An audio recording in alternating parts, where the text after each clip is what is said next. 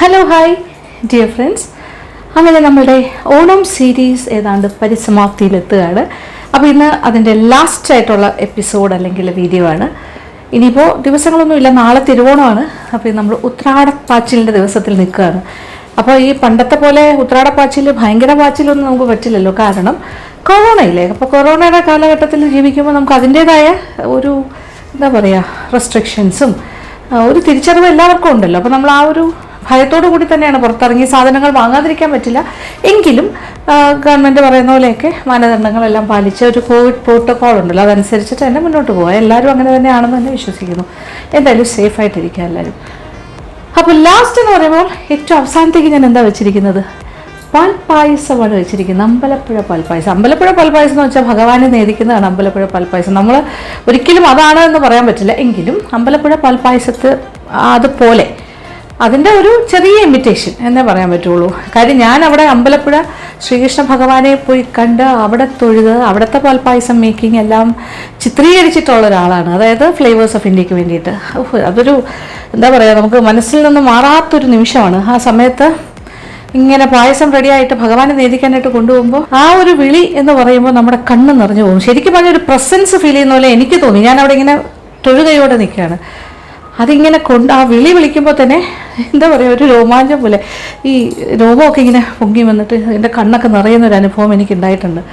അത് മനസ്സിൻ്റെ ആയിരിക്കാം. നമുക്ക് എന്തായാലും ഭഗവാന്റെ ഒരു ചൈതന്യം അല്ലെങ്കിൽ ആ ഒരു പ്രസൻസ് ആ സമയത്ത് ഫീൽ ചെയ്തു. എന്തായാലും അവിടുത്തെ പാൽപ്പായസം എന്ന് പറഞ്ഞാൽ വളരെ വിശേഷമാണ്, നമുക്ക് പറഞ്ഞറിയിക്കാൻ വയ്യാത്ത സ്വാദാണ്. ഇവിടെ പത്മനാഭസ്വാമി ക്ഷേത്രത്തിലും നല്ല പാൽപ്പായസം കിട്ടും, ഇതുപോലെ തന്നെ അമ്പലപ്പുഴ പോലെ ഏതാണ്ട് ഓൾമോസ്റ്റ് സിമിലറായിട്ട്. പിന്നെ നമ്മുടെ എല്ലാ സദ്യകളിലെല്ലാം നമ്മൾ അതിൻ്റെ തന്നെ ഇമിറ്റേഷൻസാണ് ഉണ്ടാക്കുന്നത്. പക്ഷേ നമ്മുടെ അതായത് ലക്ഷ്മി നായർ കേറ്ററിംഗ് എന്ന് പറഞ്ഞാൽ നമ്മൾ കല്യാണ സദ്യയ്ക്ക് വിളമ്പുന്ന പാൽപ്പായസത്തിനും അത്യാവശ്യം നല്ല പേരാണ്. നന്നായിട്ട് ചെയ്യുന്നു, എല്ലാവർക്കും ഭയങ്കര ഇഷ്ടമാണ്. അതിൻ്റെ റെസിപ്പി ഒരുപാട് പേര് ചോദിക്കാറുണ്ട്. പക്ഷേ അത് ആക്ച്വലി സമയമെടുത്ത് ചെയ്യുന്നതാണ്. വലിയ വാർപ്പിലിങ്ങനെ പാലിട്ട് തിളപ്പിച്ച് അതിൽ സത്യത്തിൽ പാൽപ്പായസത്തിൽ നമ്മൾ നെയ്യോ അണ്ടിപ്പരിപ്പോ കിസ്മിസോ ഏലക്കാപ്പൊടിയോ അങ്ങനെ ഒന്നും ചേർക്കില്ല. പാല് വെന്ത് വരുന്ന ഒരു നിറമാണ്, ഒരു പിങ്ക് കളർ. ഓക്കെ, ഒരു റോസ് കളർ എന്ന് പറയാം, യെല്ലോ റോസ് കളർ. പാലിൻ്റെ കുറുകലും അല്ല അതായത് ആ ചെറിയ നുറുക്ക് ചമ്പാ പച്ചരിയാണ് അതിൽ കിടന്ന് വേകുന്നത്. അതായത് ബ്രോക്കൺ റെഡ് റൈസ്, റോ റൈസിൽ റെഡ് റൈസ്, തവിടുള്ള അരി, ഉണക്കലരി എന്ന് പറയല്ലേ. ഓക്കെ, എന്തായാലും നുറുക്ക് ചമ്പാ പച്ചരി, നുറുക്കെന്ന് പറയുമ്പോൾ ബ്രോക്കൺ, അതും കൂടി കിടന്നിങ്ങനെ വെന്തിട്ട് പഞ്ചസാരയും എല്ലാം കൂടി അങ്ങനെ കുറുകി വറ്റി വരുമ്പോൾ അതൊരു എന്താ പറയണ്ട, അതിൻ്റെ മണവും അത് ആ പാലിൻ്റെ മണമാണത്, ഇങ്ങനെ കുറുകി വരുന്ന ആ ഒരു തിക്നെസ്. അത് ഒരുപാട് സമയമെടുത്ത് ചെയ്യേണ്ടതാണ്. അതെൻ്റെ ഫേസ്ബുക്കിൽ തന്നെ അതിൻ്റെ റെസിപ്പി ഞാൻ കൊടുത്തിട്ടുണ്ട്, മാജിക് അവൻ്റെ ബുക്കിൽ.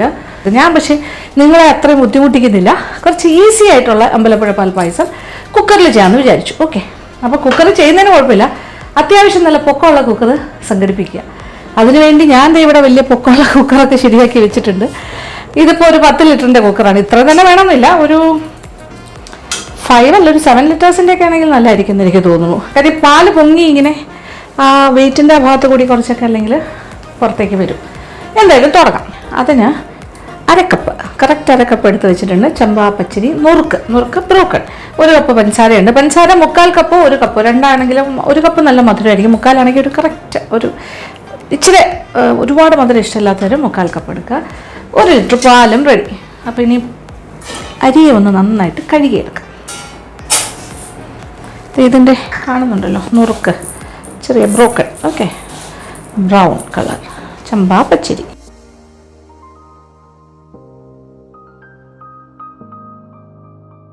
ഓക്കെ, നമ്മുടെ അരിയെ നന്നായിട്ട് കഴുകി ഊറ്റിയെടുത്തു. ഇനി എല്ലാം കൂടി ഒരു മിക്സിങ്ങാണ്, ഞാൻ കാണിച്ചു തരാം. ഓക്കെ, അതെ, കുക്കർ എടുക്കുന്നു. കുക്കർ വളരെ നീറ്റ് ആൻഡ് ക്ലീൻ ആയിരിക്കണം. ഇത് ഈ പായസം ഉണ്ടാക്കാൻ വേണ്ടി മാത്രം മാറ്റി വെക്കുന്നതായിരിക്കും നല്ലത്. പാൽപ്പായസമൊക്കെ ഉണ്ടാക്കുന്ന കുക്കർ മറ്റു കാര്യങ്ങൾക്ക് ഉപയോഗിച്ചാൽ പാൽപ്പായസം ശരിയാവില്ല. അപ്പോൾ ആദ്യം തന്നെ നമ്മൾ പാൽപ്പായസം ഉണ്ടാക്കുമ്പോൾ കുക്കറിലാണല്ലോ, ഇപ്പോൾ ഉരുളിയിലാണെങ്കിലും നമ്മൾ വെള്ളം ഒഴിക്കും. വെള്ളവും പാലും, അത് കുറച്ച് കൂടുതൽ വെള്ളവും പാലും അങ്ങനെയാണ് ചെയ്യുന്നത്. പക്ഷേ ഇതിലിപ്പോൾ അത്ര ഒരുപാട് വെള്ളം ഒഴിക്കുന്നില്ല. നിങ്ങളൊരു 1/2 കപ്പ് വെള്ളം അതാദ്യം കുക്കറിലേക്ക് ഒഴിക്കും. കുക്കറിൽ വെള്ളം, അപ്പോൾ വെള്ളം ഒരു തിള വരണം, ജസ്റ്റ് ഒന്ന് തിളയ്ക്കണം. അതിപ്പോൾ 1/2 കപ്പ് വെള്ളമല്ലേ ഉള്ളൂ, പെട്ടെന്ന് തിളയ്ക്കും. അത് കഴിഞ്ഞിട്ട് നമ്മൾ ഈ 1 ലിറ്റർ പാല്, 1 ലിറ്റർ മിൽക്ക്, അപ്പോൾ അത് കാച്ചിയ പാലാണ്. ഞാൻ പറഞ്ഞല്ലോ, പാടയെല്ലാം അരിച്ചിട്ട് വേണമെങ്കിലും ആകാം, പാടയോടുകൂടി ചെയ്യാം. പക്ഷെ ഞാനിപ്പോൾ അരിച്ചിട്ടുണ്ട്, എനിക്ക് പാട ഇഷ്ടമല്ല, അതുകൊണ്ടാണ്. ഓക്കെ, എന്തായാലും ഇതൊഴിക്കുന്നു 1 ലിറ്റർ. ഇത് അത്യാവശ്യം കുറച്ച് ചൂടുണ്ട്, അതുകൊണ്ട് പെട്ടെന്ന് തന്നെ എല്ലാം കൂടി തിളച്ച് കിട്ടും. വെള്ളം തിളച്ച് തുടങ്ങി. ഓക്കെ, തിള വന്ന് തുടങ്ങി. ഇനി അതിലേക്ക് ഒഴിക്കും. അപ്പോൾ തിളച്ചുകൊണ്ടിരിക്കുന്ന 1/2 കപ്പ് വെള്ളത്തിലേക്കാണ് നമ്മൾ 1 ലിറ്റർ പാലും ഒഴിക്കുന്നത്. ഇനി ഇതിനകത്തേക്ക് പഞ്ചസാരയും കൂടി ചേർക്കാം. ഓക്കെ, ഇനി 1 കപ്പ് പഞ്ചസാരയും കൂടി ചേർക്കാം. ഇനി ഇത് രണ്ടും കൂടി അടുപ്പിൽ ഒഴിച്ചിട്ടൊന്ന് ഇളക്കി തിളപ്പിക്കണം. തിളപ്പിക്കാറാകുന്നവരെ ഇങ്ങനെ തിളപ്പിക്കണം. അപ്പോഴത്തേക്ക് പഞ്ചസാര അലിയും. ഇനി ഇളക്കി പഞ്ചസാര അലിയുന്നവരൊന്ന് ഇളക്കി കൊടുക്കാം. അപ്പം നന്നായിട്ടൊന്ന് തിളക്കുക. എന്തായാലും കാച്ചിയ പാലാണ്, അപ്പോൾ പെട്ടെന്ന് തന്നെ ചെറിയ ചൂടുമുണ്ട്, പെട്ടെന്ന് തന്നെ തിളച്ച് വരും. ഇതല്ല നല്ല ഫുൾ ഫാറ്റ് മിൽമയുടെ പാലാണ്, ഏറ്റവും കൊഴുപ്പ് കൂടിയ പാലാണ് വാങ്ങിയിരിക്കുന്നത്. ഓക്കെ, എൻ്റെ കരിവളകൾ കുറേ നാളായി വിചാരിക്കുന്നു നല്ല കുപ്പി വളകൾ, കരിവളകൾ ഇടണം. അപ്പോൾ ഈ ഓണത്തിന് തന്നെ ആയിക്കോട്ടെ വെച്ചു. അപ്പോൾ ഇന്ന് നമ്മുടെ ലാസ്റ്റ് ഡേ ആണ്. ഓക്കെ, നാളെ തിരുവോണം. എൻ്റെ ദൈവമേ, നിങ്ങൾക്ക് എല്ലാ കാര്യങ്ങളും ഞാൻ പറഞ്ഞു തന്നിട്ടുണ്ട്. ഏത് രീതിയിൽ വേണം നിങ്ങൾക്ക് ഓണസദ്യ ഒരുക്കുന്നതിൻ്റെ എളുപ്പമാർഗ്ഗങ്ങളെല്ലാം ഞാൻ പറഞ്ഞു തന്നിട്ടുണ്ട്. അപ്പോൾ ഇതെല്ലാം നിങ്ങളുടെ മനസ്സിലുണ്ടാവുന്നതെന്ന് വിചാരിക്കട്ടെ. നമ്മുടെ ഓണ വിഭവങ്ങളെല്ലാം ഉണ്ടാക്കുക. പായസമൊക്കെ നിങ്ങൾക്ക് സെലക്ട് ചെയ്യാം. ഇഷ്ടംപോലെ പായസം ഞാൻ കാണിച്ചു തന്നിട്ടില്ലേ, ഏത് വേണമെങ്കിലും ആകാം. അപ്പോൾ നമ്മുടെ പാലും പഞ്ചസാരയെല്ലാം ഓൾമോസ്റ്റ് ഇങ്ങനെ തിളച്ച് തുടങ്ങി, ആവി മേളിലേക്ക് വന്നു തുടങ്ങി. ഈ ഒരു സ്റ്റേജിലാണ് നമ്മൾ അരി ഇടുന്നത്. നോക്കിക്കോളൂ, അരി കഴുകി വൃത്തിയാക്കിയ അരി.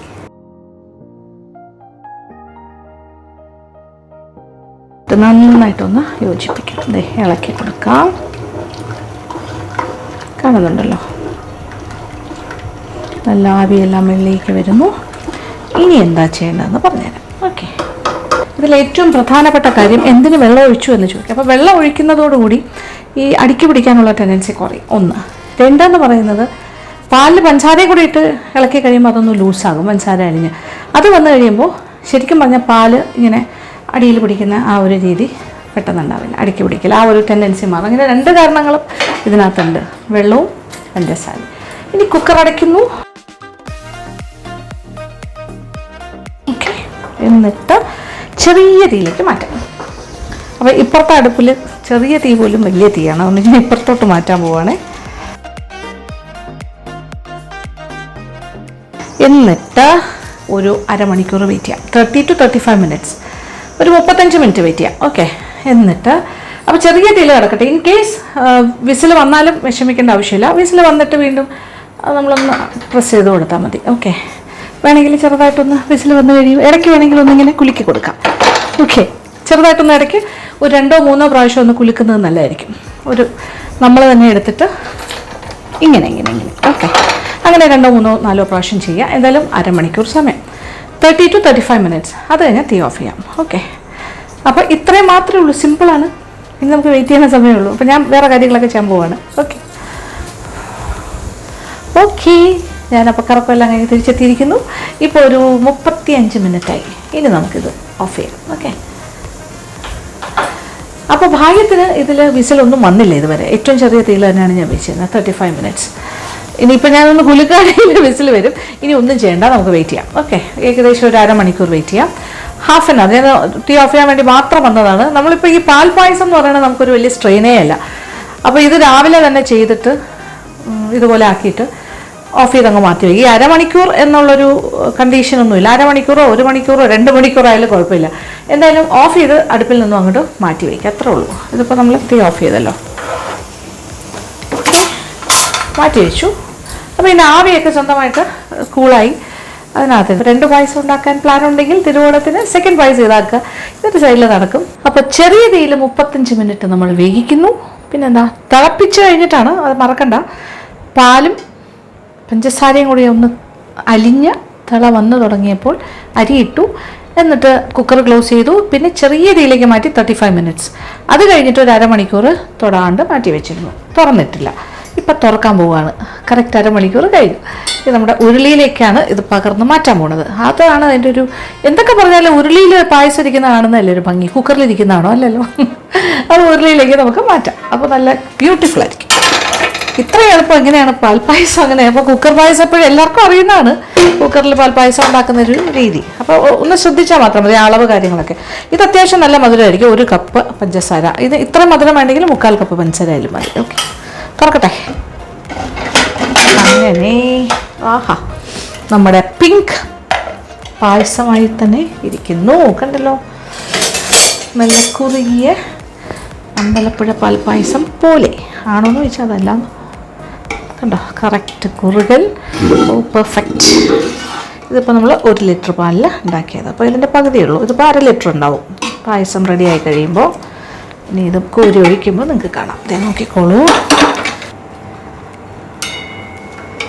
പായസം. എൻ്റെ കൺസിസ്റ്റൻസി കാണുന്നുണ്ടല്ലോ, പെർഫെക്റ്റ്ലി ഡൺ. അരിയെല്ലാം കറക്റ്റായിട്ട് വെന്തിട്ടുണ്ട്.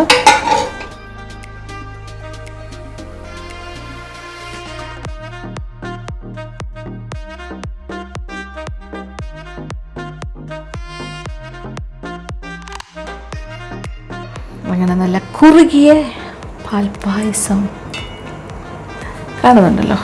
യെസ്, ഇതല്ലേ എൻ്റെ കറക്റ്റ് കൺസിസ്റ്റൻസി നമ്മുടെ പാൽപ്പായസം. ആഹാ, വളരെ പെർഫെക്റ്റായിട്ട് റെഡി ആയിട്ടുണ്ട്. ചോറൊക്കെ നന്നായിട്ട് അരിയെല്ലാം വെന്തിട്ടുണ്ട്.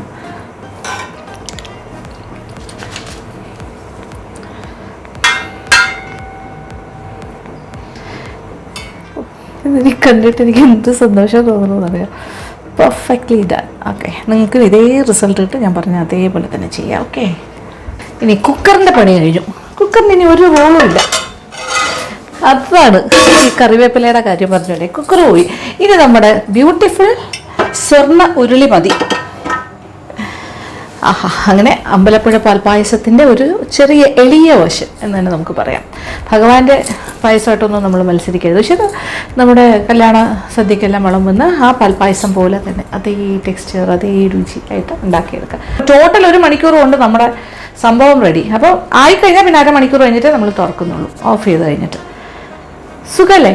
1 മണിക്കൂർ മാറ്റി വെച്ചാൽ ആ 1 മണിക്കൂർ നമുക്ക് എന്തൊക്കെ കാര്യങ്ങൾ ചെയ്യാം. ഒരടുപ്പിൽ കുക്കർ 1/2 മണിക്കൂർ ഇരിക്കുന്നതിൽ നമുക്ക് ഒരു വിരോധവും ഇല്ലല്ലോ. നമുക്ക് ബാക്കി കാര്യങ്ങളൊക്കെ ചെയ്യാമല്ലോ. അത് കഴിഞ്ഞ് പിന്നെ അവസാനത്തെ ഒരു 1/2 മണിക്കൂർ മാറ്റി വെച്ചിട്ട് ബാക്കി ജോലിയൊക്കെ ചെയ്യാം. അത് കഴിഞ്ഞിട്ട് കുക്കർ തുറന്ന് നോക്കാം. അപ്പോൾ എല്ലാം പെർഫെക്റ്റ്ലി ഡൺ ആയിട്ട് കിട്ടും. അപ്പോൾ ടേസ്റ്റ് ചെയ്താലോ? എനിക്കിങ്ങനെ ടേസ്റ്റ് ചെയ്യാൻ അത്യാവശ്യമായിട്ട് പായസമല്ല, ഏത് പായസമാണെങ്കിലും ഇഷ്ടമാണ്.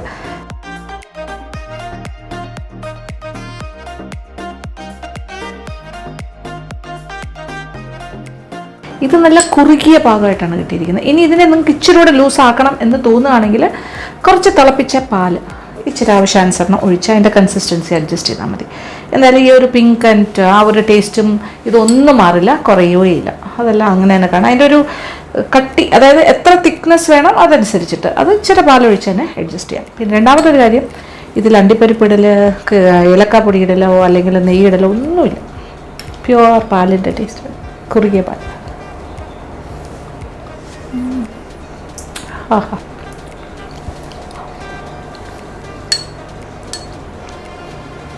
അയ്യോ രക്ഷയില്ല. So nice, very very tasty. മധുരം ഒട്ടും കൂടുതലല്ല. 1 കപ്പ് പഞ്ചസാര തന്നെ ഇട്ടോളൂ, കുഴപ്പമില്ല. കുറയ്ക്കണ്ട കേട്ടോ, കുറച്ചാൽ മധുരം കുറയും. എക്സലൻറ്റ്. ഇനി ഇതിലും മധുരം വേണമെന്നുണ്ടെങ്കിൽ 1/4 കപ്പ് പഞ്ചസാര, നിങ്ങളുടെ ഇഷ്ടം അതനുസരിച്ച് ചെയ്യാം. ഞാൻ പറഞ്ഞല്ലോ, ഇതൊരു നല്ല കുറുകുറാന്നുള്ള പായസമാണ്.